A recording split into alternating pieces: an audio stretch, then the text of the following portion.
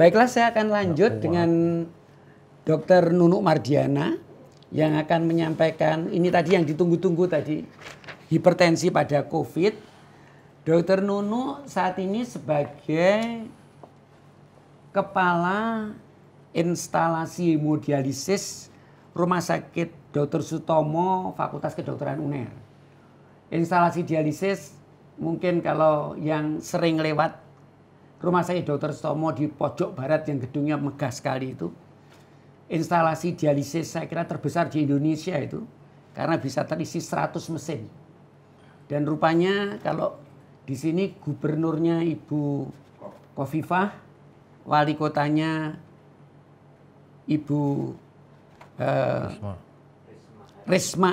Tri Risma Haryani, dan sekarang ini juga kepalanya HD ini Dr. Nunuk Mardiana. Ibu. Silakan Dr. Nunuk menyampaikan presentasinya hipertensi pada era COVID ini. Silakan Dr. Nunuk. Assalamualaikum warahmatullahi wabarakatuh. Waalaikumsalam.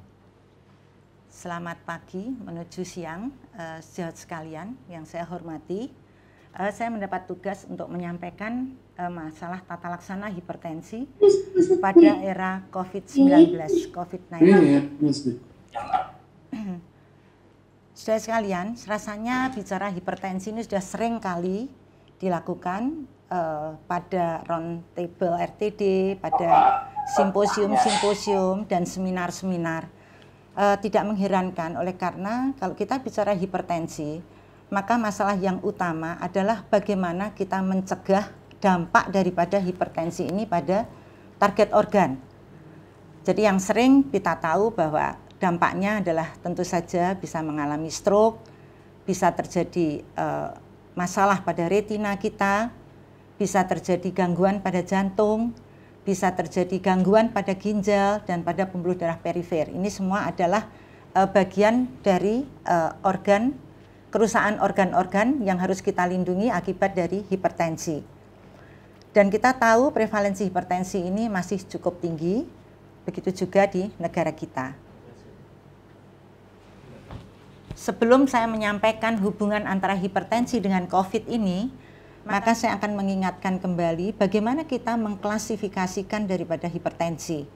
Banyak panduan-panduan, tapi dalam hal ini saya menggunakan dari European Society of Cardiology atau Hypertension yang keluar pada tahun 2018, di mana kita mengklasifikasikan hipertensi itu berdasarkan ada kategori optimal, ada kategori normal, ada kategori high normal, kemudian kita masuk pada hipertensi, ada grade 1, grade 2, grade 3, dan ada penggolongan khusus yaitu untuk isolated systolic hypertension yang biasanya terjadi pada pasien-pasien kita yang lanjut usia.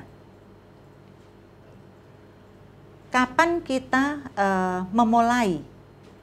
memulai suatu treatment kepada hipertensi?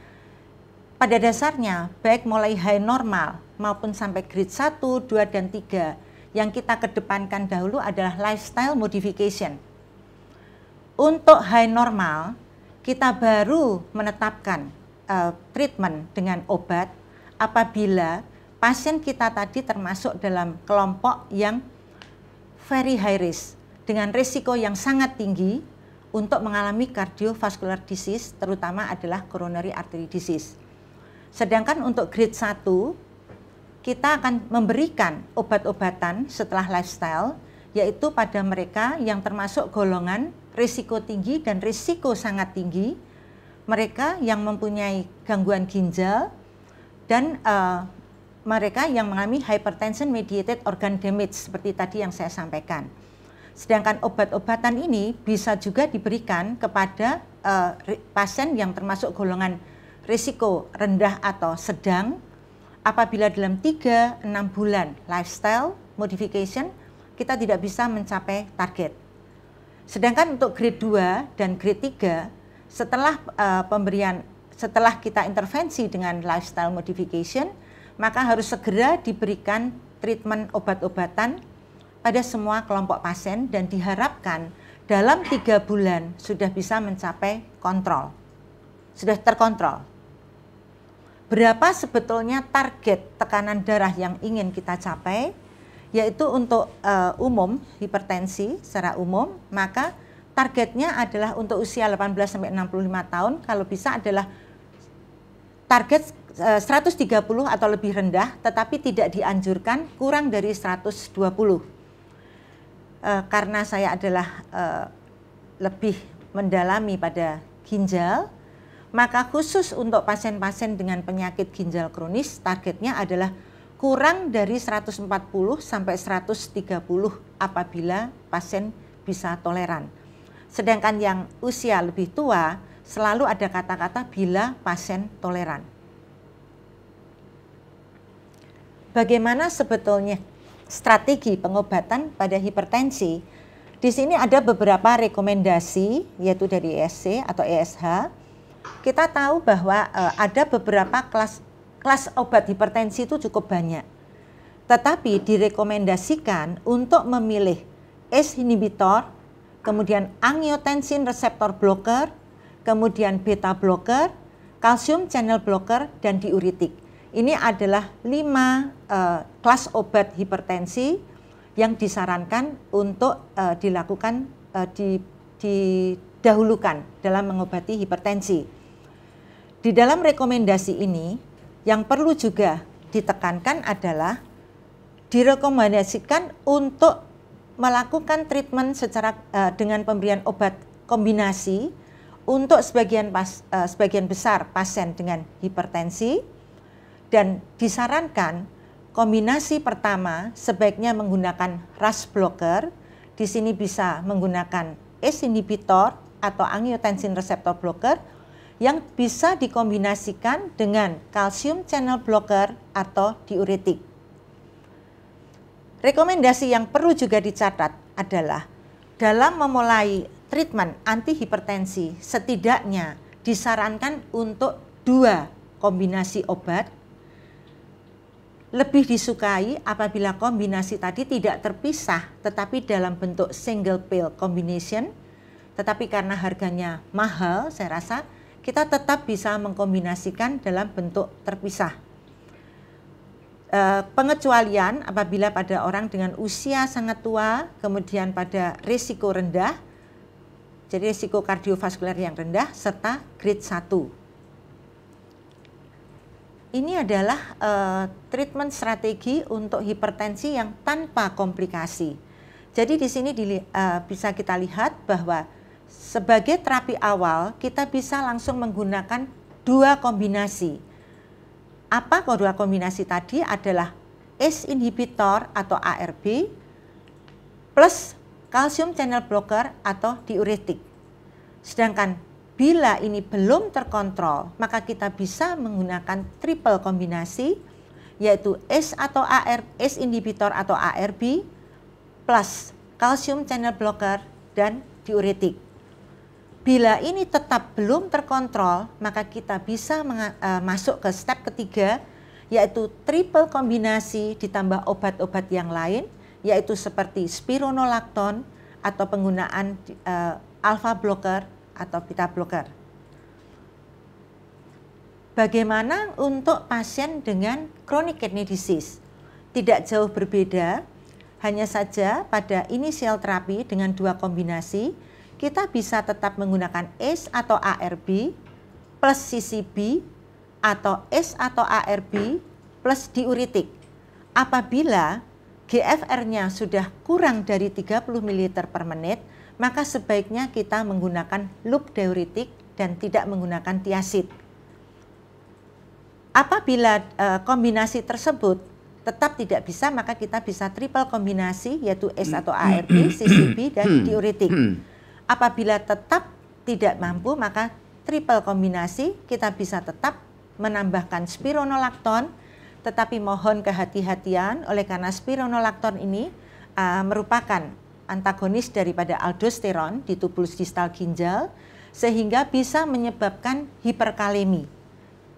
Karena itu perlu perhatian yang besar apabila GFR sudah kurang dari 45 ml per menit atau kadar kalium baseline lebih dari 4,5 mmol per liter. Saudara sekalian, dalam penggunaan ACE atau ARBs pada pasien dengan CKD sudah bisa diduga adanya peningkatan serum kreatinin, yaitu oleh karena adanya penurunan GFR. Akan tetapi kita baru mewaspadai betul kalau pasien tersebut terjadi peningkatan kreatinin lebih dari 30%, sehingga perlu kita curigai kemungkinan adanya renovascular disease.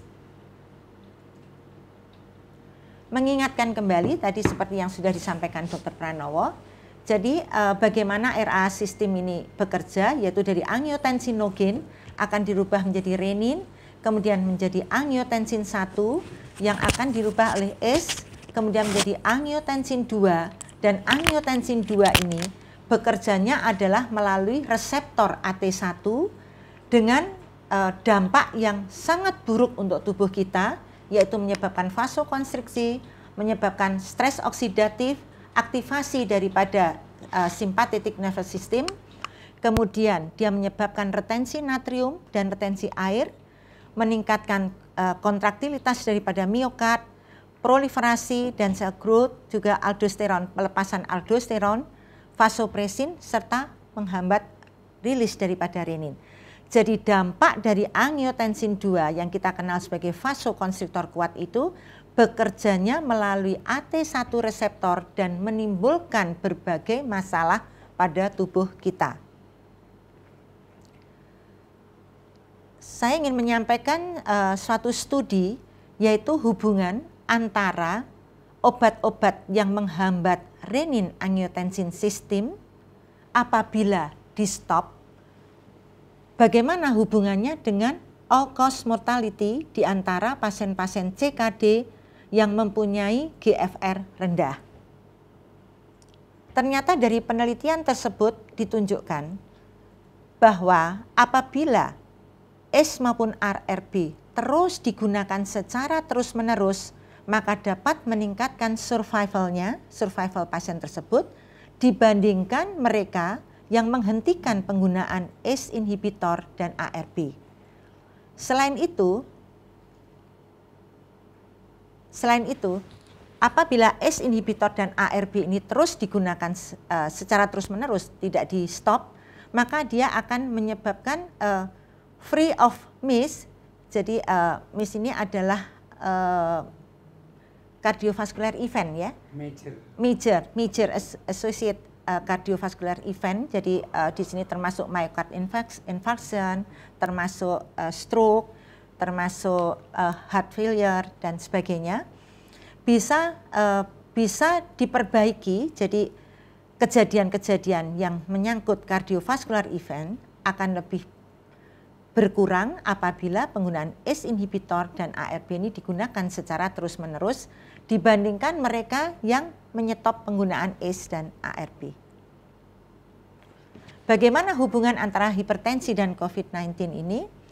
Kita tahu bahwa di antara pasien-pasien yang dirawat di rumah sakit, ternyata hipertensi merupakan salah satu faktor yang dikaitkan dengan peningkatan risiko terjadinya mortalitas pada pasien COVID-19. Dalam meta-analisis ini ditunjukkan bagaimana prevalensi hipertensi menduduki tempat yang paling tinggi, yaitu sekitar di atas daripada diabetes, cardiovascular disease, dan respiratory system disease sebagai salah satu komorbid yang paling tinggi atau yang tinggi di antara pasien-pasien yang mengalami COVID-19. Ini beberapa laporan yang ada dari Mayo Clinic yang dirilis pada tanggal 30 Maret 2020 menunjukkan di Amerika ditunjukkan bahwa komorbid terbanyak adalah hipertensi, yaitu sebanyak 74%. Satu hari setelah pernyataan tersebut, Amerika Serikat menunjukkan bahwa ternyata di Amerika diabetes mellitus merupakan komorbid yang paling tinggi. Bagaimana dengan di Wuhan? Di Wuhan menunjukkan bahwa di antara 10,5% kematian yang terjadi di sana, maka 6%-nya adalah mereka yang mempunyai tekanan darah tinggi. Kita tahu tadi sudah saya sampaikan bahwa ACE dan ARB merupakan obat lini pertama. Tetapi dengan adanya COVID-19 ini terjadi suatu kontroversi. ACE dan ARB ini enaknya dilanjutkan atau di stop saja terkait dengan COVID-19. Ada beberapa alasan yang disampaikan, antara lain adalah kenyataan bahwa ini studi pada binatang bahwa penggunaan ACE inhibitor dan ARB dapat meningkatkan ekspresi daripada ACE2 tadi yang disampaikan Dr. Pranowo, sehingga dikhawatirkan peningkatan ekspresi ACE2 ini akan ditempati oleh corona, sehingga infeksi tersebut akan semakin meluas pada tubuh pasien.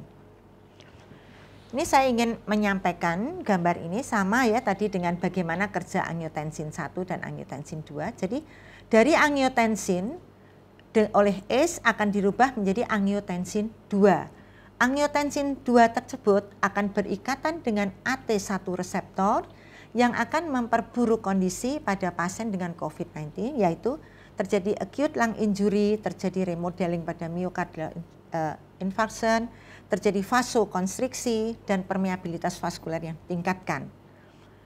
Akan tetapi ACE2 ini juga bisa merubah angiotensin 2 menjadi angiotensin 1,7 atau angiotensin 1 dirubah menjadi angiotensin 1,9 yang nantinya juga akan berubah ke angiotensin 1,7 yang cara kerjanya berlawanan dengan apa yang tadi ditunjukkan kerja angiotensin 2 pada AT1 reseptor. Sayangnya, virus tersebut juga mempunyai tempat yang sama untuk masuk ke dalam tubuh seperti tadi disampaikan oleh Prof. Joko, yaitu melalui ACE2, virus tersebut akan masuk ke dalam tubuh sehingga seperti royoan ya antara virus tersebut dengan angiotensin 2 untuk perubahan ke angiotensin 1,7. Kontroversi yang terjadi adalah sebagai berikut. Jadi ini adalah ada dua hipotesis. Hipotesis pertama itu menunjukkan, menyampaikan betapa bahayanya pemberian penghambat RAA sistem ini terhadap COVID-19. Jadi di situ disebutkan bahwa karena virus tersebut masuk ke dalam sel juga menggunakan ACE2, maka apabila diberikan obat penghambat RAA sistem yaitu ACE inhibitor atau diberikan ARB, maka ini akan menyebabkan peningkatan jumlah daripada ACE2 sehingga ini bisa ditempati oleh virus corona untuk masuk ke dalam tubuh. Akan tetapi hipotesis kedua menunjukkan bahwa pemberian ACE inhibitor itu justru bersifat protektif terhadap infeksi daripada COVID. Jadi kalau kita memberikan ACE inhibitor, maka berarti angiotensin 2 yang terbentuk menjadi lebih rendah. Sehingga yang bekerja pada AT1 reseptor dan menyebabkan perburukan di dalam tubuh menjadi lebih sedikit.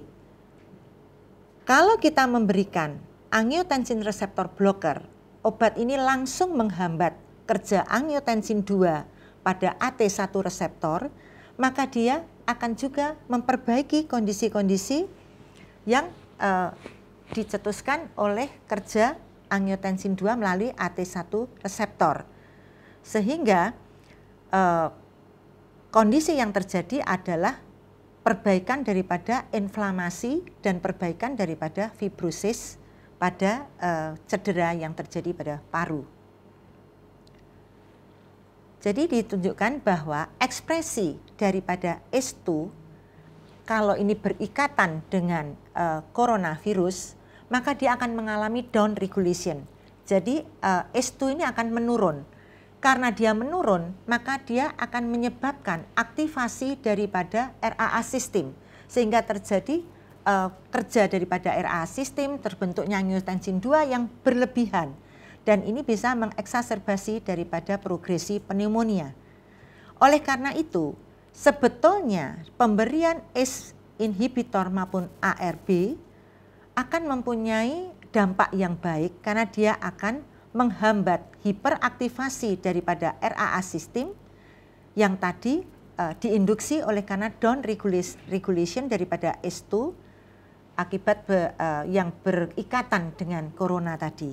Sehingga pemberian ACE inhibitor dan ARB ini diharapkan bisa mencegah terjadinya kerusakan yang lebih luas. Pernyataan-pernyataan ini intinya adalah tidak cukup data untuk menetapkan bahwa pemberian RAA inhibitor ini akan memperburuk infeksi daripada COVID-19. Sehingga data-data yang ada itu tampaknya tidak bisa diterjemahkan begitu saja terjadi pada manusia. Jelas clinical masih diupayakan, masih proses clinical trial antara lain yaitu dengan pemberian rekombinan daripada human S2, jadi diberikan dalam bentuk infus, masih dalam penelitian, diharapkan nanti disirkulasi dia akan menangkap coronavirus sehingga akan menurunkan load daripada viral ini. Dan penggunaan ARB dalam hal ini penelitian itu adalah dilakukan pada losartan, yaitu dengan harapan akan terhambat kerja daripada angiotensin 2 melalui AT1 reseptor sehingga angiotensin 2 yang masih cukup banyak akan menempati S2 untuk dirubah menjadi angiotensin 1,7 dan tentu saja kalau ini sudah ditempati angiotensin 2 maka kesempatan virus corona untuk menempati S2 juga menjadi terbatas. Dan rasanya tidak bijaksana apabila penggunaan RAA sistem yang cukup baik ini akan di stop secara tiba-tiba karena ini akan membahayakan kardiovaskuler event yang bisa terjadi oleh karena penghentian yang tiba-tiba.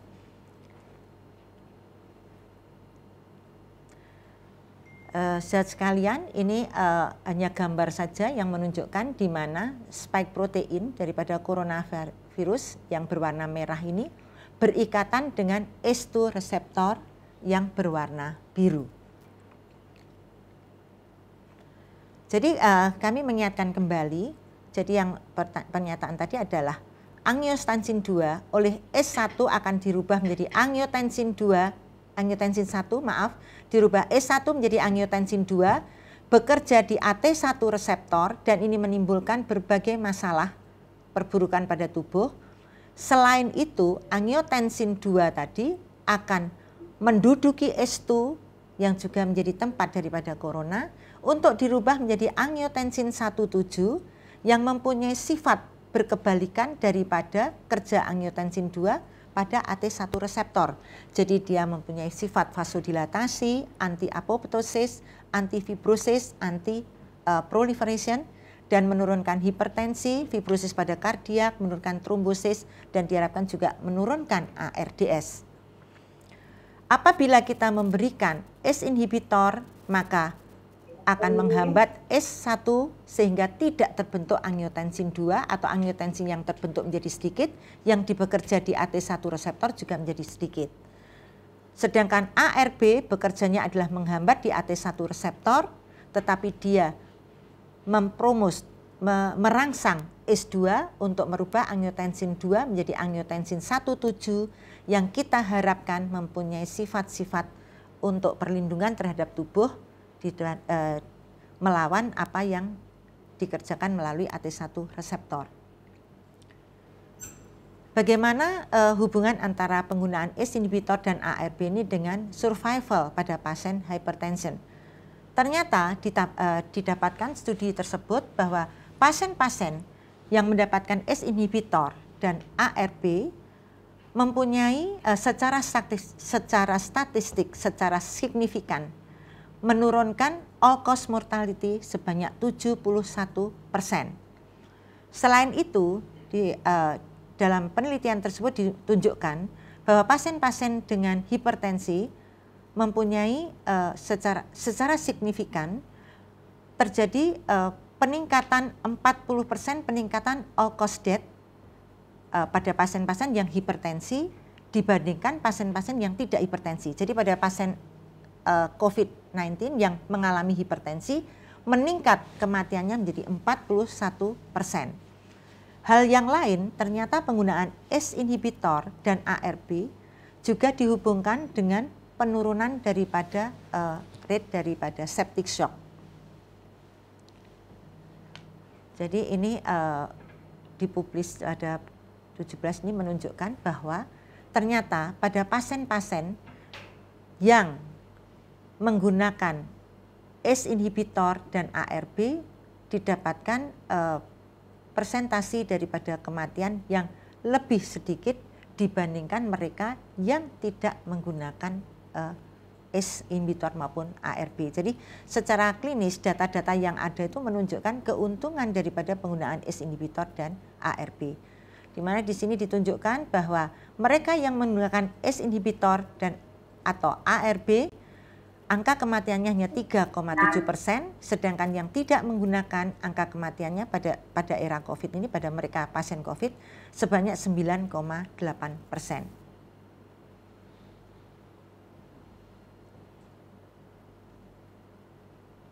Nah, ini baru ada suatu penelitian yang baru dirilis pada 2 Mei ini. Di sini menunjukkan berbagai risk factor yang bisa terjadi yang meningkatkan mortalitas pada pasien dengan infeksi COVID, yaitu usia yang tua, wanita, adanya coronary artery disease dan kelainan jantung, congestive heart failure, didapatkan angka kematian yang lebih tinggi. Dan mereka yang mendapatkan ACE inhibitor maupun ARB ternyata angka kematiannya lebih kecil dibandingkan mereka yang tidak menggunakan ACE inhibitor maupun ARB. Disimpulkan dalam penelitian tersebut bahwa penelitian ini tidak mengkonfirmasi bahwa ACE inhibitor ataupun ARB berbahaya untuk diberikan pada pasien yang dirawat di rumah sakit oleh karena COVID-19. Bagaimana sikap daripada rekomendasi untuk penggunaan ACE inhibitor dan ARB berdasarkan penelitian-penelitian yang ada tadi? Di sini dari Asian Federation of Cardiology menunjukkan bahwa dia menekankan bahwa spekulasi bahwa ACE inhibitor dan ARB itu berbahaya dan tidak aman untuk digunakan pasien COVID-19 tidak terbukti dan tidak ada bukti yang tidak terbukti secara kuat. Tidak ada bukti yang mendukung bahwa ACE inhibitor dan ARB membahayakan bagi pasien yang terinfeksi COVID. Sedangkan dari International Society of Hypertension pada COVID ini, dia mendukung bahwa tidak ada bukti yang cukup kuat untuk merubah penggunaan ACE inhibitor ataupun ARB dalam tata laksana antihipertensi dikaitkan dengan menghindari atau menerapi infeksi COVID. Jadi tidak perlu kita merubah penggunaan ACE inhibitor maupun ARB pada pasien hipertensi yang menderita COVID. American Heart Association menunjukkan bahwa jangan di-stop penggunaan ACE inhibitor maupun ARB dalam untuk terapi hipertensi, gagal jantung maupun kelainan-kelainan jantung. Karena pengobatan dengan ACE inhibitor dan ARB tidak meningkatkan risiko untuk terjadinya COVID-19 ini. Bagaimana dengan ESH dan ESC sendiri? Maka untuk mereka yang diisolasi di rumah, tetap gunakan obat-obatan antihipertensi sesuai dengan guideline ESC dan ESH 2018 seperti tadi yang saya sampaikan, dan tidak perlu di-stop walaupun dia terinfeksi oleh COVID-19. Sedangkan mereka yang dirawat di rumah sakit tetap lakukan sesuai dengan guideline ESH 2018 kecuali pasien tersebut hipotensi atau mengalami acute kidney injury. Sahabat sekalian, ini mungkin saja yang terakhir bahwa rekomendasi dari berbagai organisasi yang terkait dengan hipertensi secara umum hampir semua menunjukkan bahwa pemberian ACE inhibitor dan ARB pada pasien hipertensi sebaiknya tidak perlu dirubah ketika dia mengalami infeksi COVID-19. Saya rasa ini slide saya yang terakhir. Semoga bermanfaat. Terima kasih atas perhatiannya. Apakah perlu merubah terapi ACE inhibitor dengan ARBs? Menurut dalam serangan COVID di ACE2. Nah ini sebenarnya masih ada kata tadi ini. Memang tadi. Jadi mungkin ini bisa saya jawab. Ini perlu dijawab ya. Sebetulnya kalau pasien tersebut sudah terkontrol dan cukup bagus dia menggunakan ACE inhibitor bertahun-tahun katakan, kita tidak perlu merubah ke ARB karena pada dasarnya ketika angiotensin 1 dihambat menjadi tidak terjadi angiotensin 2, berarti kan angiotensin 1-nya menjadi tinggi. Angiotensin yang 1 yang tinggi tadi akan dirubah oleh ACE2 menjadi angiotensin 19. Mungkin yang lebih jelas tadi di slide-nya Dr. Pranowo, dari angiotensin 19 oleh ACE1 akan dirubah menjadi angiotensin 17. Jadi ujungnya akan kembali ke angiotensin 17. Hanya perjalanannya memang lebih panjang. Akan tetapi kalau pasien tersebut sudah terkontrol dengan ACE inhibitor bertahun-tahun, ya sebaiknya kita tidak perlu untuk merubah ke ARB. Jadi mungkin di situ Dr. Heru Gunawan. Kemudian pertanyaan yang kedua, apakah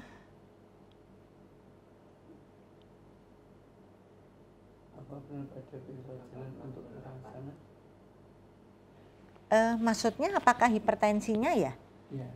Ya, kita anggap biasa. Saya rasa memang ini terapi rawat jalan bisa sekali. Bahkan kalau dia dirawat di rumah sakit, kemudian dia menggunakan ventilator, mungkin yang dibutuhkan adalah antihipertensi IV.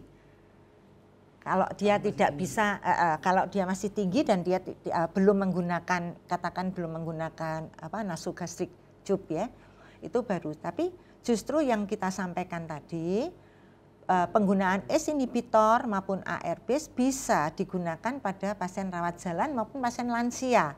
Jadi tidak ada perbedaan apakah itu lansia ataupun tidak, karena di dalam guideline tadi yang saya sampaikan dari ESH dan ESC tadi, tidak ada perbedaan untuk lansia. Mungkin yang berbeda adalah targetnya saja, target daripada hipertensi.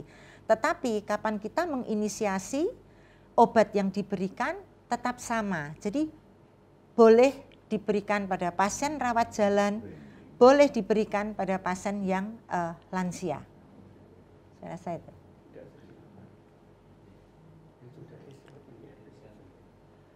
Mungkin sudah terjawab, jadi sudah jelas sekali tadi Dr. Nunuk menjawab bahwa nggak usah dirubah.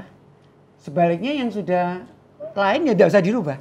Jadi dari New England Journal of Medicine yang terakhir tadi, penelitiannya itu tidak hanya untuk ARBs, tapi semua obat hipertensi itu diteliti dan memang tidak perlu dirubah dari data itu.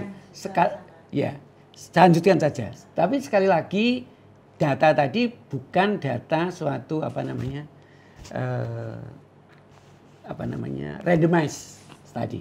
Jadi tetap kita akan tunggu, tapi sekarang rekomendasinya tidak perlu tidak perlu dirubah. Tetap lanjut saja. Ya. Dan tidak perlu khawatir sementara karena belum ada bukti yang kuat dampaknya. Ya. Mungkin pertanyaan dokter siapa yang terakhir tadi tentang apakah perlu ACE diganti ARBs yang ada yang di atasnya. Apakah apakah terapi ACE inhibitor perlu dirubah ke ARBs? Ya kalau batuk ya. Dan ini sebetulnya dari data tadi kan sudah disebutkan dari 55 tadi dari Unggul Jerman itu masing-masing nggak usah diganti.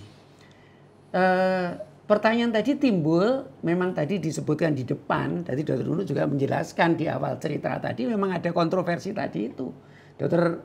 Nunuk tadi dengan santainya mengatakan bahwa ada rebutan tadi itu, rebutan tempat itu atau ACE2 tadi atau competitive inhibitor itu.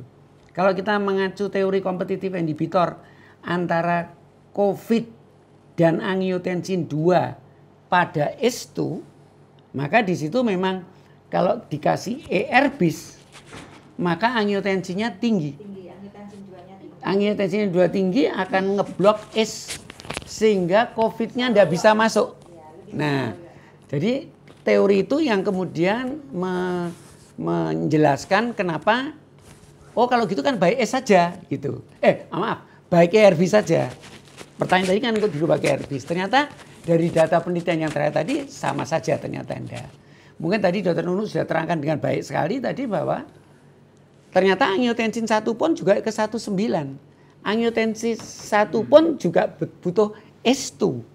Jadi kalau dia diblok oleh S inhibitor, angiotensin 1 yang tinggi pun akan masuk ke tempatnya S2 untuk menjadi angiotensin 19.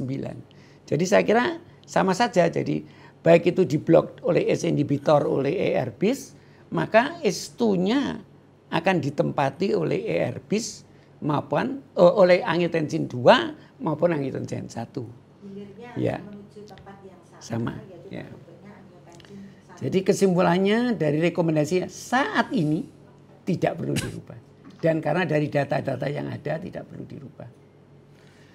Ada pertanyaan lagi mungkin? Tadi ada juga satu pertanyaan saya baca sekilas. Tapi nanti saya teruskan ke Dokter Aditya saja. Pertanyaannya ini apakah bisa menular lewat hollow fiber? Nanti kita akan diskusi di sana. Kalau bisa melihat hollow fiber, nanti kita diskusikan di belakang. Silakan kalau ada pertanyaan lagi. Di samping yang sudah tertulis ini ada lagi? Dr. Nunu sangat jelas tadi menjelaskannya. Ada lagi pertanyaan? Silakan. Yang angkat tangan ada? Atau menulis? Ada Mas? Tolong dicek. Belum ada.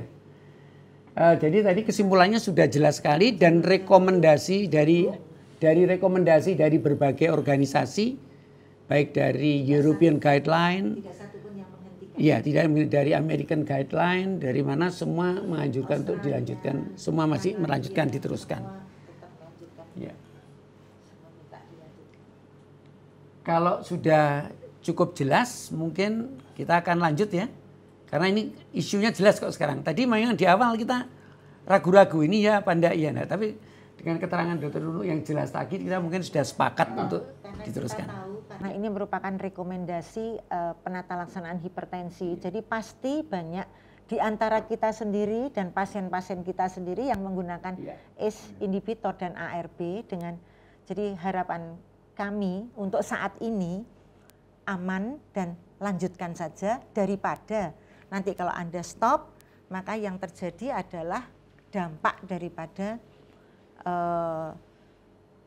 ke cardiovascular effect. Itu yang perlu dianukan Pak Pran dikoleksi aja pasien-pasien COVID yang positif sudah sembuh dan yang meninggal pada hipertensi. Iya. Paling tidak itu experience kita. Iya. Oke, kita lanjut.